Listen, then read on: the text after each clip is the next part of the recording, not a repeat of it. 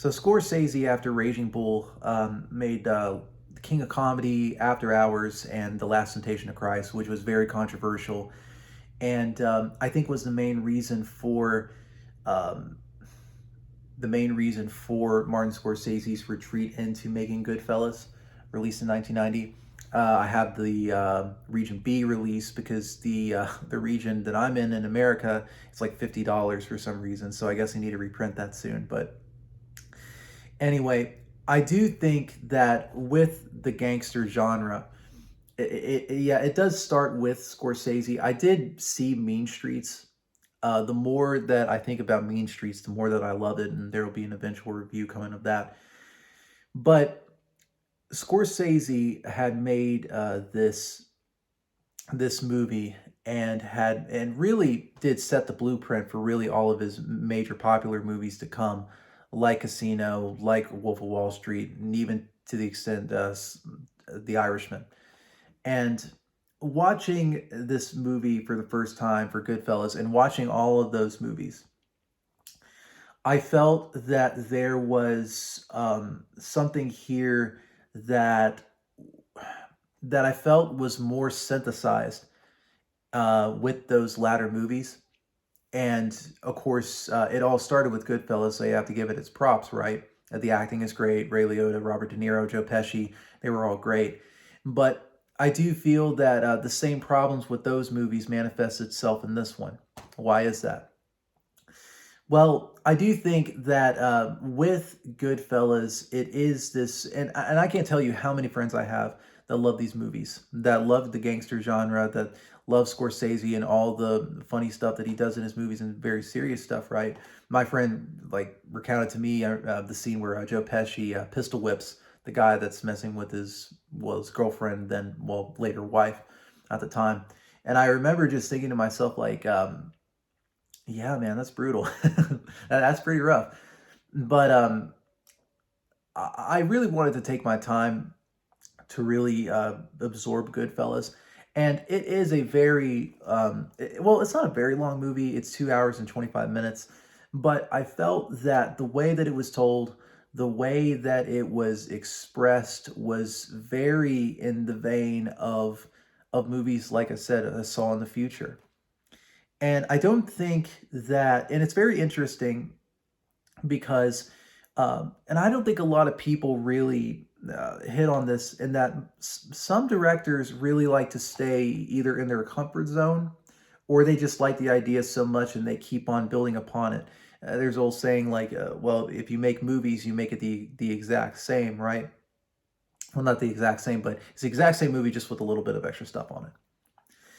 And I do think that Scorsese unfortunately set this bad trend, but it wasn't really him at first because a lot of like Yasujiro Ozu, for example, highly respected Japanese director, he made pretty much not almost the exact same film the whole entire time, right? Like Late Spring, for example. You could compare that with An Autumn Afternoon, and there would be some scenes that you can mirror, right? And that's no criticism of Ozu. It's just that's just how directors are. Sometimes they just don't want to get out of their comfort zone.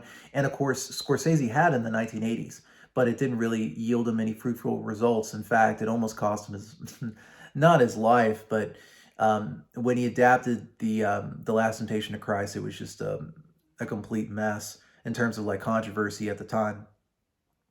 So when he comes back into Goodfellas, there was this sort of this coming back to this world that he had already explored in Mean Streets and Taxi Driver, and so he wanted to get back to that similar occurrence, but make a film that is very entertaining, make something that's more historical, make something that almost reads sort of like a novel, and and of course, like I said, he would use that in future pictures that I think are better than Goodfellas. And I'll tell you the reason why.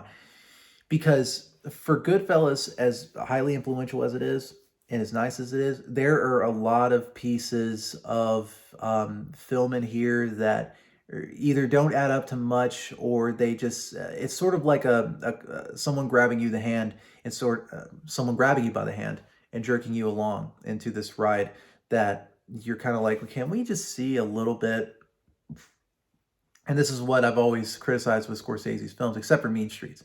But it doesn't like it doesn't really explore the emotional connections of these characters. The only one would be Lorraine Bracco's character of Ray Liotta's wife, and I thought that her performance was really good, but at the same time, like it didn't really yield like any fruitful things that I've really enjoyed. And did I find the movie to be entertaining? I will say that like Scorsese did perfect it more as the time has gone on. I enjoyed Casino more than this movie. I enjoyed Wolf of Wall Street a lot better than both of those, and even to the extent of The Irishman, which eventually it became self-parody. If you view it in that lens, it's a pretty entertaining film. So, Goodfellas is really the start of those movies, and eventually I'll get to reviewing those. But as far as the film itself, it is the exact same as those three other movies I just mentioned. Um, Guy finds himself in the mob position, rises up to power, makes a lot of money, has a either a faithful wife or some other partner that goes along with the ride for the ride with him, and eventually there's a downfall, and he either is imprisoned, he's killed, or just way less successful than he used to be. So again, the performances are great. And Ray Liotta, I don't think ever played as great of a role as he did in this movie. Maybe Tommy Vercetti in Vice City, but I don't really recall like another performance that he did that was as good as this one.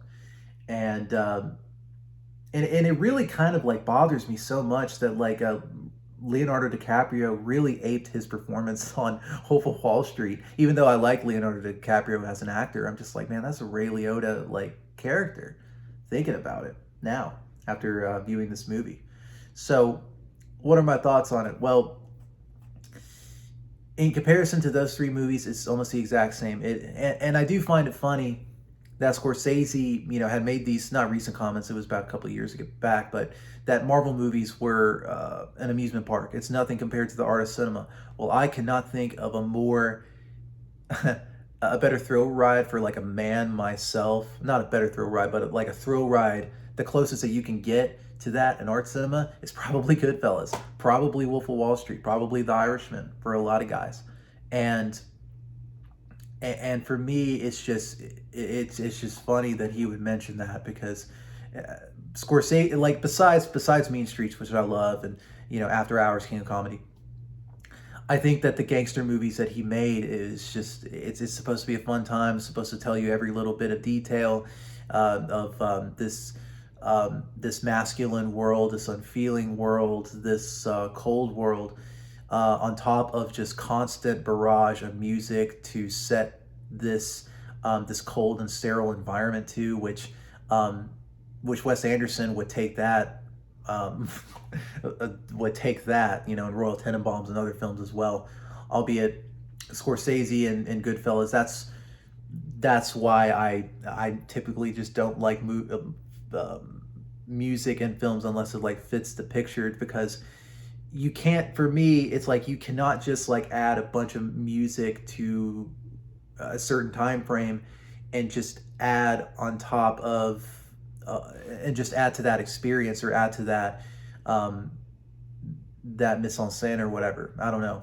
Like I just feel that with these songs, I mean they were beautiful, but it's just I think of like where the trash compactor was getting rid of these bodies, and then there was this song playing. I think it was like Layla, the break of that, and I just thought, what did that add to the end of these people's lives? What did that add to Ray Liotta's character's thinking? What did that add to anything? It didn't add nothing. It was just a period of like, okay, if this is like a certain period of time, then we'll add a piece of music because this is what time period this is in. I just think that's lazy. So call me uh, like a curmudgeon about that, but I just always have hated that about these pictures. Maybe the only one I like is Casino, because the soundtrack to Casino is incredible. But but for Goodfellas, it just didn't feel that way to me. Neither Wolf of Wall Street, neither did Neither did The Irishman. So anyway, Goodfellas. If you really enjoy the gangster pictures, I can't think of one to start with this. Although most of you have probably already saw Casino, Wolf of Wall Street, all that.